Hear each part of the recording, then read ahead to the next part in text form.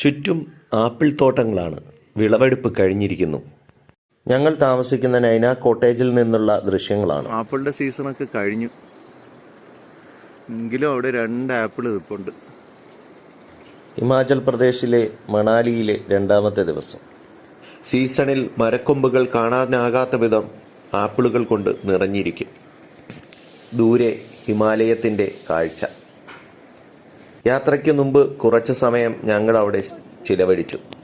മനോഹര ദൃശ്യങ്ങളും നോക്കി കുറച്ച് സമയം.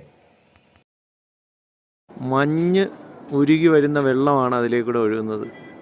പിന്നെ ഉരുളം വെള്ളാരം കല്ലുകളും ഒക്കെ ആയിട്ട് മനോഹരമായ നൈന കോട്ടേജ് എന്നും കാർത്തിക് വില്ല എന്നും ഞങ്ങളുടെ താമസ സ്ഥലത്തിന് പേരുണ്ട്.